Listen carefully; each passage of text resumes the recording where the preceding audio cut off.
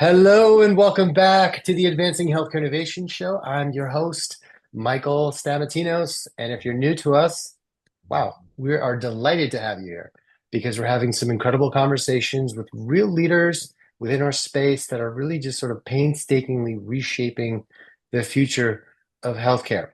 And we're happen to be crazy passionate about a few different things. We're passionate about access, we're passionate about leadership, innovation, and if it's your first time tuning in, let me just take a very quick step back and tell you a little bit more in detail what we're trying to do here.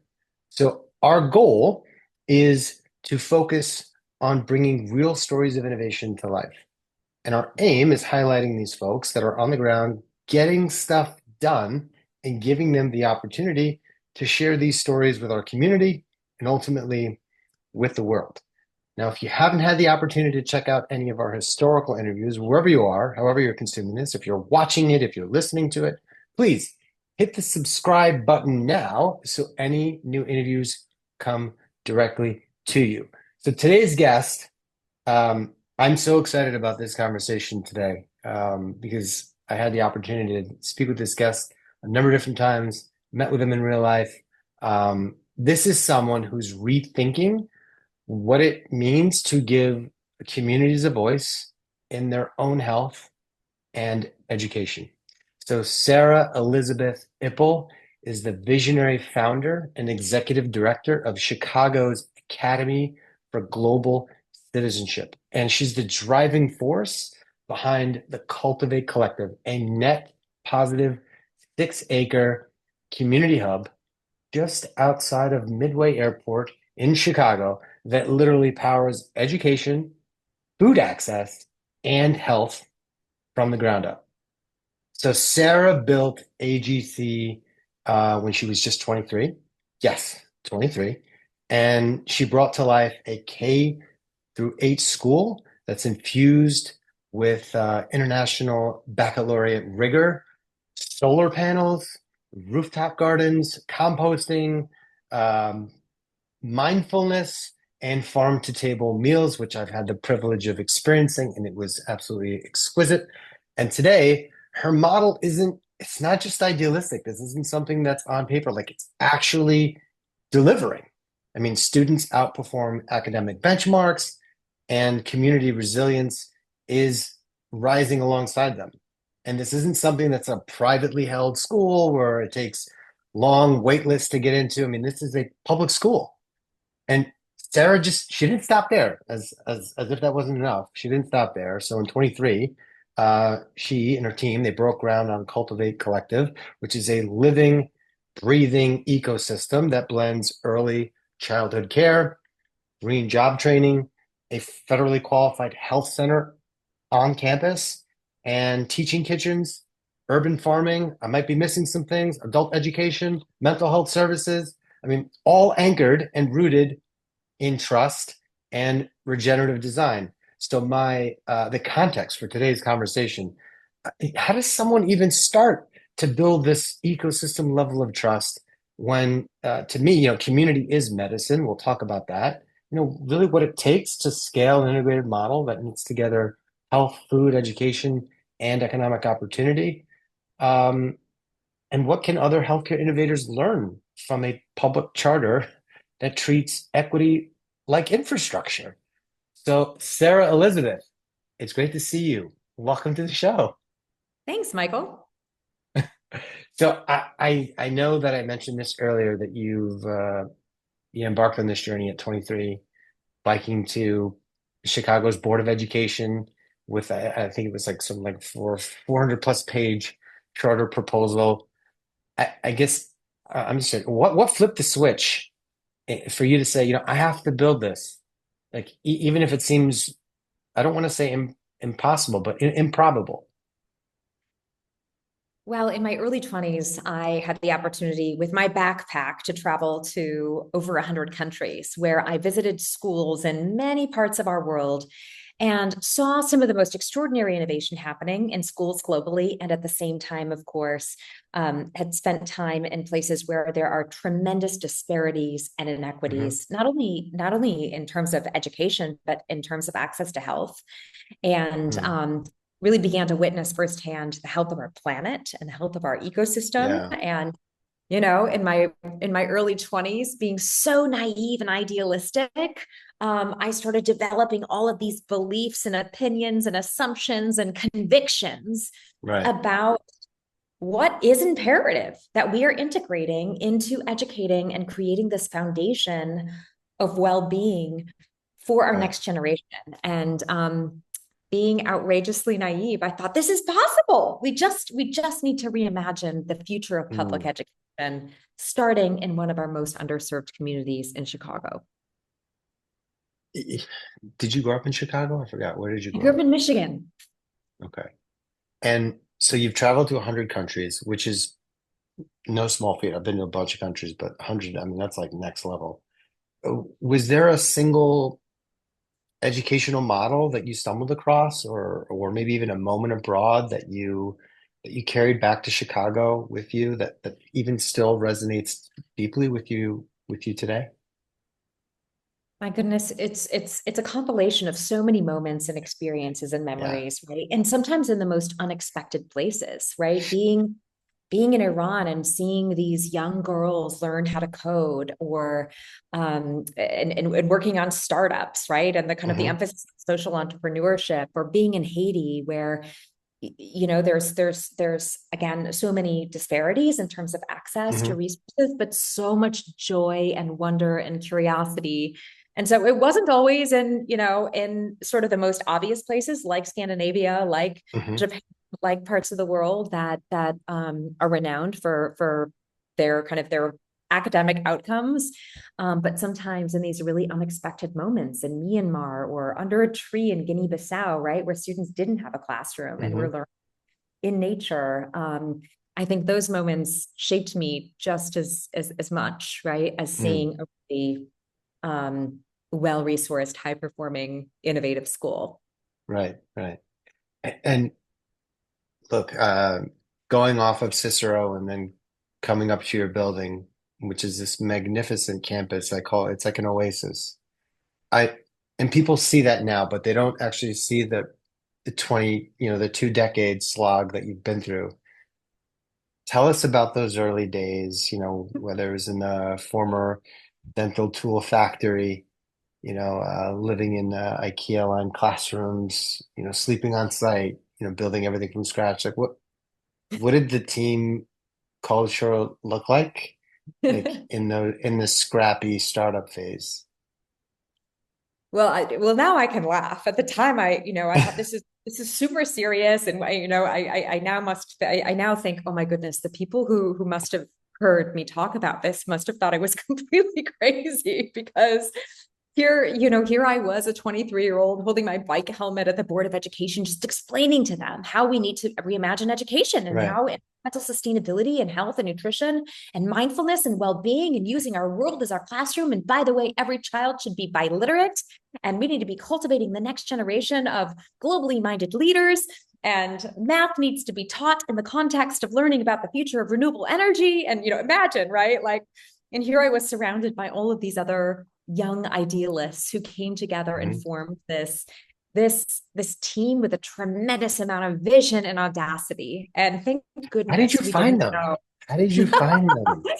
So I mean, as you know I you're in Chicago. There's plenty of talent there, but This is a I pretty mean, this is like a pretty grassroots, like scrappy journey. I did not When I moved to Chicago, I didn't have any contacts. I didn't know anybody in the city, right? Like, sort of arrived and was like, okay, quickly realized that all that I had seen all over the world was not just a global issue, right? Initially, I was hmm like, oh my hmm goodness, I need to go work for the UN, or I need to go and work in other parts of our world. And very, very quickly realized, oh my goodness, these inequities and injustices exist in my own backyard. And there are tens of thousands of children in this amazing global city called Chicago that don't have access to a world class education. And I thought that was so unjust. So initially it was like riding my bike or jumping on the bus and talking to anyone who would listen. Literally, I'd meet people on Craigslist selling a bookshelf, right? And I'm like, hey, do you have any, are you an attorney or are you a finance person? Because I'm going to open a Chicago public school and I need bylaws and I need 5-year financial projections and I need HR policies. And, essentially 99 out of 100 people looked at me like I was completely crazy and are like, okay, good luck. Right. And slowly but surely, right, you'd collect the 1% of people who were like, Hmm. all right, maybe this person's crazy, but what better, In a good way, I have crazy to in a good do if I way. want to, live with some hope. Maybe I'll help this person. And so, yeah, collected a bunch of people with different skill sets and expertise who kind of helped piece together this RFP, this proposal to the Board of Education. Wow. Does a part of you also still embrace this scrappy startup kind of culture, being quick to move, fast to pivot, iterate, learn? Does it still stay intact as you reach different levels of scale? Does it ever leave you? Is really what I'm trying to ask. Does it Yeah, stay I within think it's you? in my, I think it's like, it's so much It's in in your the root, right, DNA. of the organization and it's so much in my goodness, as you mentioned, like, I think I told you the stories of like renting a U-Haul truck and driving around the city and picking up all this donated stuff. And somebody donated carpet squares. And I was like, I can learn how to install carpet, like, you know, all the trips to Home Depot and that like power drill and I was assembling all the IKEA furniture in our first school year. Like it was really scrappy. and Yeah. um and yeah, I think it absolutely is still a part of our mindset, right? That like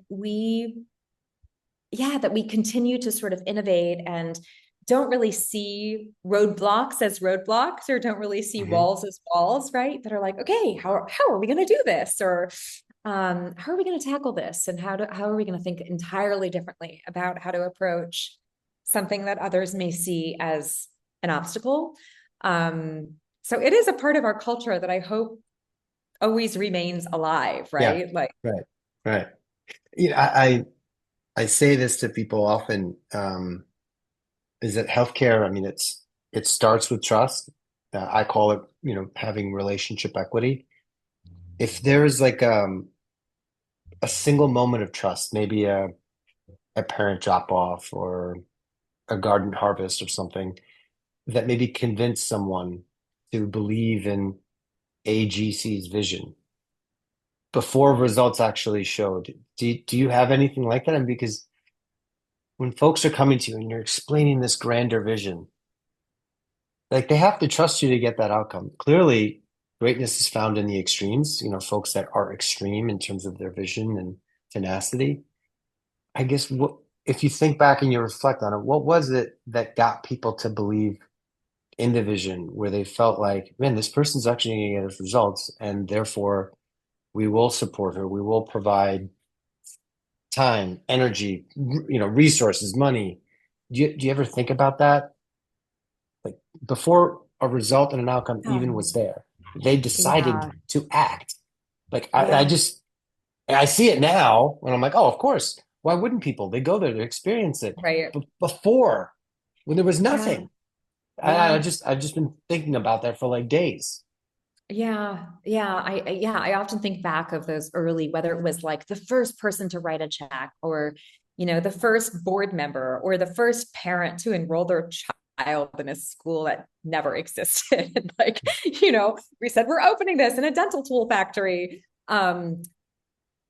I think that there is this earnest hope and joy and a tremendous amount of love and care and Mhm. determination and feistiness, right, that maybe it's one of these things, right, that somebody kind of grasped onto, like, gosh, there's a lot of tricky and challenging and not so hopeful things happening in our world and in Mhm. our city and in our communities, and to have something to hold on to that has promise and that is committed at its core to reimagining what a school can be as this anchor institution, as this ecosystem for community wellness. It's like, all right, that sounds exciting, as compared to, continuing to sort of focus on a lot of the historical disinvestments and sort of inequities, right, in our Mm, community. So I don't know, maybe it was the hope. Maybe we oftentimes have people say, my goodness, I feel so much love when I walk into these doors. Like I just feel like there's love in this school, there's love in this totally. place.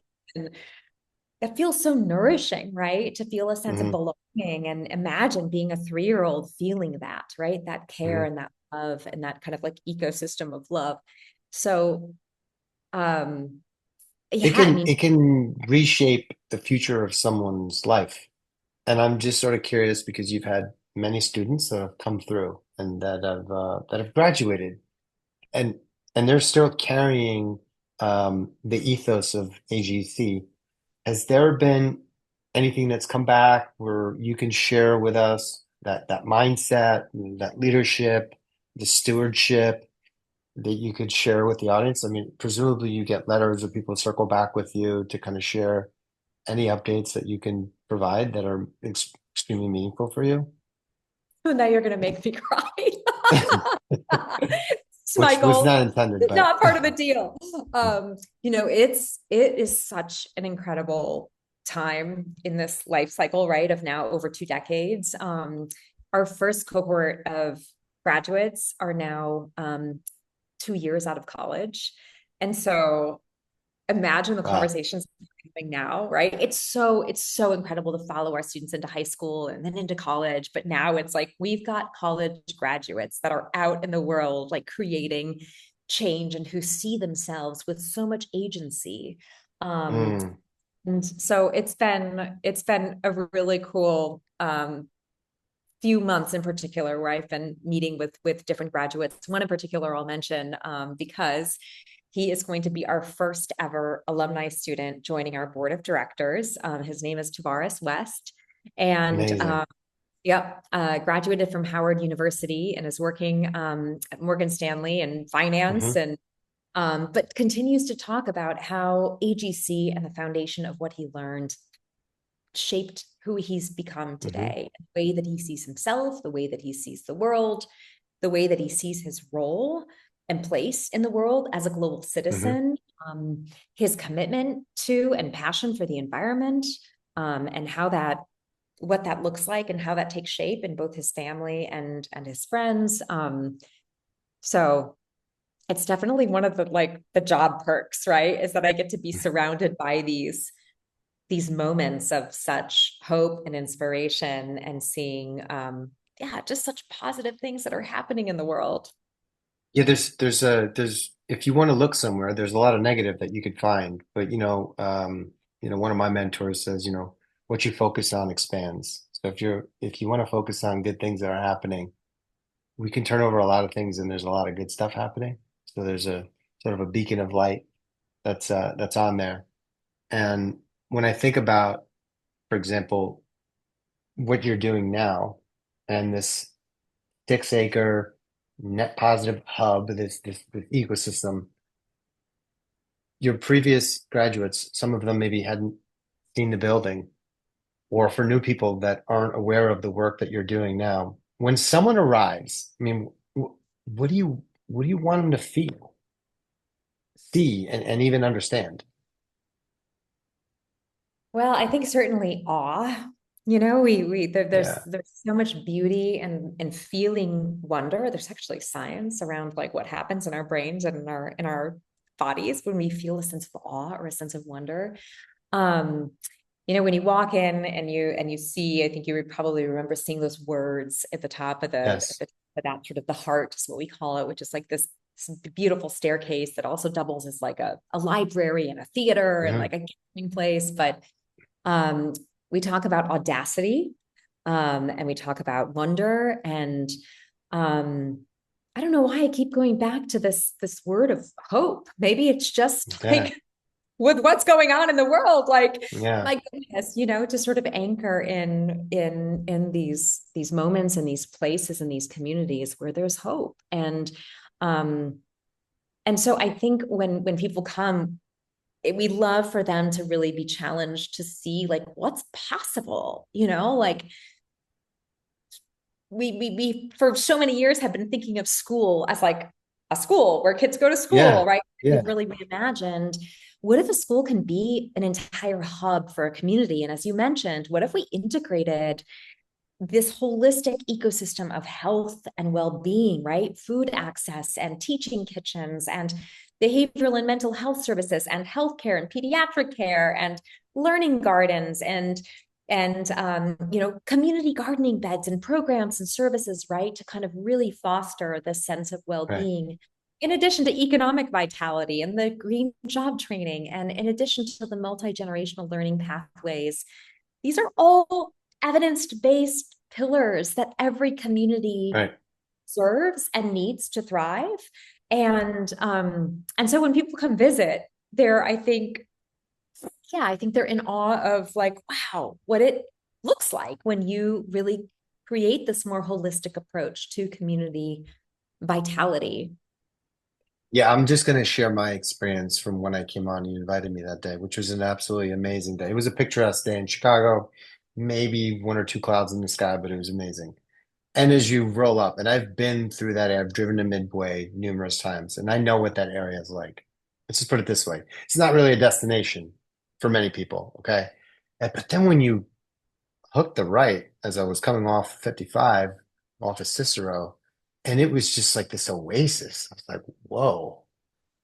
I was like, look what's going on here. And there were kids outside playing, and I was just like, this is hope. This is hope in a place that doesn't have a ton to be hopeful for. And then as I started going through the school, I don't even want to call it a school. It's just so much more than that. I was like, this is had like a Silicon Valley-esque feel to it. People outside of the classrooms, which aren't, I mean, it's very immersive in terms of the learning and just blown away. And it took me, no joke, I don't know, I was thinking about it for like a week straight.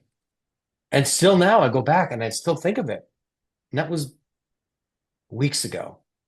So very few times am I left really just taken away. And it really took me away. I was like, whoa, this is so cool to see someone that was crazy enough to have a vision that people were like, this person's nuts. And then you're like, I don't care. I'm a bumblebee, but I'll fly anyway. I'm not supposed to fly, but I'm a bumblebee, so I'll fly.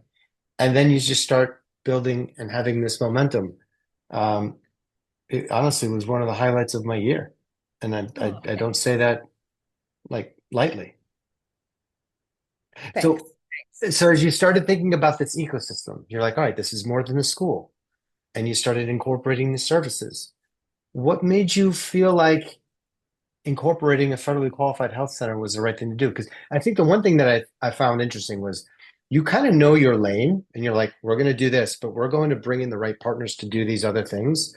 When do you know when not to overstep and when to stay within your lane? Was it because it was a series of missteps that kind of got you grounded? I mean, talk to me through some of that thinking.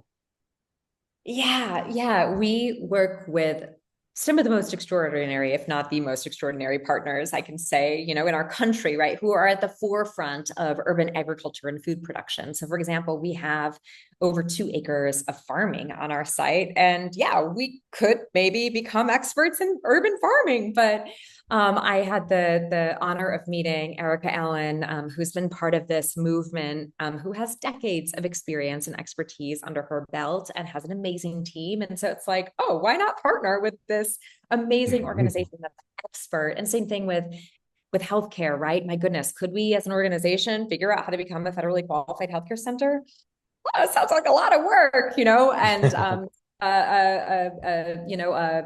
foundation that I was meeting with said, you should meet this guy, right? Dan Fulweiler, who's the executive director at Esperanza, who became our federally qualified healthcare partner. And so I think some of those have been really clear in terms of Mm. we were setting out to purchase 6.5 acres of land from the Chicago Housing Authority and develop the first completely regenerative, net positive energy, net positive water, climate resilient project in the state of Illinois. So there are a lot of firsts. There's a lot of firsts that we've Yeah. achieved. And we had to raise $65 million to do this, right? So we knew, and we've known for 2 decades, like, we had a lot, we had a lot of work cut out for us, right? Yeah. With this level of audacity and this vision that we have for what our community and every community deserves, and listening to the voices of our community that have helped to shape this. I think it's been pretty clear when to pull in a partner and when, kind of to develop the Yeah. expertise themselves. Mhm. Mm. I mean, look, only a handful, I'd say, of project because I did a whole bunch of just digging into this after I left there. Again, I was just blown away that have been able to sort of weave together a school, health, food, sustainability, housing. Um, that can bring together a lot of tension within within those areas. What's kind of been your playbook for navigating these local regulations and tensions that can come up? I don't know what you're talking about. Oh boy, like bureaucracy, red tape. This is what you mean? Um, Yeah. yeah, yeah. Goodness, I mean, certainly as a Chicago public school um, uh, and so many other elements, right, of what we do, of course, is like heavily has to be, there's really strong compliance measures in place for good reason, Yeah. right? We Right, right, right. 600 kids in a building and a whole community that we serve. But I think that we've struck, and maybe this is sort of like another cultural element of our organizational culture, that started maybe out of complete naivete or just idealism. I'm not sure. That we didn't do a whole lot of asking for permission, right? We had our values, we had we had our North Star, we had our conviction about how health and well-being and environmental sustainability and all of these things, it was imperative, right, that they were foundational. And there are some Hmm. funny moments and examples of things that happened along the way where we're like, no, it's like it has to be this way, right? And some of that, I think, in our early years, like we were just too naive to realize that was a kind of an absurd way to operate in a very bureaucratic environment. But we just felt like it has to be this way. Can't operate a school without it's healthy food. That would be silly. Our mission Yeah. mission is focused on well-being. We've got to feed our kids nutrient dense food. That's like an imperative, right? And um, and so I think some of that has stayed with us and now, of Hmm. course, we've got this track record of operating as a nonprofit organization for 20 years. Right. There's different levels of autonomy and trust, I think, with Hmm. with our, we have, our district operator and evaluator and authorizer and, Hmm. all of these Hmm. people that review us and have to come and do inspections and these kinds of things. I think the track record is really Right. helped, but in those early days, we had no track record. Right. Yeah, it's funny because when I think of innovators, there's a general theme with innovators, and they generally don't like to sit around and wait. They usually do. They act, and like you said, like, hey, there's no way we can just sit here, and we have to do what is right. I want to shift gears just for a moment because I remember you mentioned a stat to me that I think you had mentioned that you had proactively trained over like 10,000 educators or something like that. I mean, that's wild. So is it like an open door? Talk about how you open source this. I think because what I see happen a lot, not always, but a lot is where you try to hold on to it as much as you possibly can versus your mindset has been, no, no, no, no, like I'm a steward of this. We've created this. We want to openly share it. Just share a little bit of that mindset. Have you always had that even in the early days? Or was that something that you felt based on how big the mission was that in order for this to reach global heights, you have to let it go. You have to be able to be a good steward of it. So talk to us a little bit about that. Yeah. Well, after going through this very grassroots process, right? I mean, literally riding my bike around, knocking on people's doors, which imagine, right? Some random showing up at your door and showing up at churches and parks and, all sorts of places talking to people. I mean, it was a very grassroots 3-year endeavor, right, to get this approval from the Board of Education. And I think after that experience, and now having had a couple of decades under my belt, I think even in those early days, what was very, very, very clear to me is that our vision for scale was not to go and try to replicate, not to go show up in another community and say like, hey, we're Look at us. experts because we went through this deep community engagement process in an entirely different cultural context or an entirely different neighborhood, but we know we're going to do it here. Like, that just didn't resonate with me. And so instead, in our very first school year, we wrote a vision statement, and the vision statement was like, we are an incubator of innovation. We're going to open our doors and share our model with the world. We're going to train thousands of educators and impact millions of students. And I laugh because what do you know? What do we possibly know about anything, right? Or maybe I should say, what did I know? I was 23 years old. Like, but what's funny in some ways is that like it started happening very quickly and very, very early on. Maybe just like vocalizing this to the universe, or like, I don't know, putting this on our website is Hmm. like, this is our vision, right? We're not going to go and create 5 more schools. We're not going to go replicate in a traditional way and open 10 campuses or 100 campuses. But instead, anybody who wants to come learn about what we're doing. And maybe people thought it was so ridiculous and so absurd, and were so kind of shocked that the Board of Education like allowed this to exist, that even in those very early days, I remember Do you NPR. just feel like they realized that you weren't going away? Yes, I think that's part of it. Like, oh gosh, this person's back after 2 denials, right? But even in those early days, we had NPR, we had people reach out to us, Good Morning America, like, can we come and film? Because like, we want to see this. Like, we want to see these kids in a former dental tool factory with solar panels and gardens in a parking lot, right? And free range chickens running around, learning about the future of renewable energy. And so very early on, we had these opportunities of people reaching out to us asking, hey, will you come to my community, to my school, to my district, to my country, and help us figure out, like, we want to adopt this element of your model, or we want to incorporate environmental education, or we really love what you're doing with mindfulness. Can you help us figure out how to do that in our context, right? We need to align that with Vietnamese learning standards. So we've Hmm. some opportunities to work, as you mentioned, training 10,000 educators, impacting 5 million children globally through the dissemination of our model. So Do you yes, we find that? welcome visitors. Yeah, I Please was come gonna to say, us. do you have more visitors now with the new campus, or do you find yourself still going out to the people, or are they coming to you? It's a combination. So we have something called the Institute, which is the arm of our work that is focused on a lot of research evaluation, and dissemination and scale. And Hmm. so Hmm. it's a whole arm of our work focused on sharing our model with the world, because we believe the world's going to be a better place if there's more of these good things happening in every community. And so we're all about supporting other communities and other teachers and other schools, right? But as you said, it extends far beyond schools, right? The work that we're doing. Um, and then we have some structured ways that we do that. Like this fall, for example, in September, we have a symposium.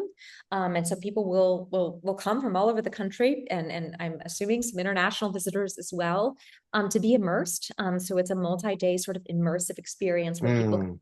receive training in professional development and do observations. So we just developed a toolkit on scaling our plant forward food program, in districts, and created a sort of a roadmap for others who want to adopt these kinds of health and nutrition and procurement strategies. So lots of different ways that we go about sharing, and always looking for partners, and funders who want to kind of build that capacity to help Hmm. spread good work. Yeah, yeah. One of the things that really struck me was as you walk in, you mentioned there's just a lot of love, a lot of hope. It's the culture of the organization was very apparent. And my good friends Jeff and Michael, who run a company called Urban Bound, they said, hey, culture is caught, it's not taught. And it was very clear that the culture at AGC is definitely caught. it's like a bug and it just transmits everywhere. And having great culture obviously doesn't prevent you from having difficult moments. When you're going through a crisis or just a low or a dip, like what are your sort of, as a leader, what do you do to sort of reset, to recalibrate? And is there a moment that maybe you can kind of talk us through some of the things that you did to reset and recalibrate? Yeah, goodness. And 20 something years, I've had tough moments, right? I mean, it's like, Yeah, it's especially not all just up. West to build this campus and to raise, what ultimately became $65 million. I mean, there were definitely moments where, oh, it's hard work, right? Especially when it's almost like the ambition and the audacity of the vision almost made it like unbelievable to people, right? They were sort of like, well, if you were to scale it back and create something less beautiful and less, like then maybe I would fund it because it's so interesting. And obviously, of course, you meet the visionaries and along the way, right? They're just fewer and far between to meet someone who's like, I believe in the vision. And no Mm, way can you scale this back because it's the model, right? And the kind of the cohesive nature of that is the magic in the vision. But yes, my goodness, absolutely had tough moments. And I think one thing that I had to learn very, very early on, I mean, you'd mentioned sleeping over, like, yes, there were nights where I was like, oh, it's 2 o'clock in the morning. I'm still assembling furniture. I might as well just sleep here, right? So there were definitely moments in those early days where I wasn't cognizant of around my own well-being and that, deepening my own wellness practices and meditation and yoga and um, have been really important to kind of keeping myself yeah, balanced. yeah. Basically, putting the mask on first, right? If you're going to be saving other Yeah. passengers, put the mask on first. All right, I know we're coming close to the end of our time here, and I'd like to just say, well, it's been such a pleasure reconnecting with you. The energy is so good that's coming through this screen. Is there a question that we never asked that you think, maybe we ought to have asked, but you wish people would understand more about the work that you're doing? Oh, you're putting me on the spot. Let me think about that for a second. Well, if people are asking, wow, this sounds so cool. How can I get involved? Yes. Um, you know, truly we have, as you experienced, this beautiful like plant forward farm to table lunch that we had on our farm, and so we're going to be adding some of those dates to our calendar this fall, but we always have fun things going on in terms of people to just come and experience what we're doing. um, our passion here is to see more of this happening in other parts of our city and other parts of our world, and so we get really jazzed talking to people who want to help us figure out how to do that, right? We've got a whole second phase to the work that's happening on our 6.5 acre site. We're surrounded by a public housing project that's going through redevelopment of 700 units in public housing. And so this wellness ecosystem is soon going to be serving an expanded number of families kind of living in our community, and always excited for people to kind of come, you know, see what we're doing and find ways to plant these seeds and make connections to other communities. And Well, where can yeah. people go to visit you? Tell us your website. We'll make sure we put it in the description, but just tell us where they can go to learn more about you and the work that you and the team are doing on all different social channels as well. Yeah, sure. So the Academy for Global Citizenship's website, so the Academy for Global Citizenship being the public school, is agcchicago.org. And then Cultivate Collective, which is the community-based organization that's doing a lot of expanded work, is cultivate-collective.org. Amazing. Sarah Elizabeth, it's been just so nice to reconnect with you. And I think that what you're doing in terms of reframing the entire conversation around an ecosystem of wellness, what I like to call community as medicine, you're living proof and your organizations are living proof that innovation isn't always about the newest tech.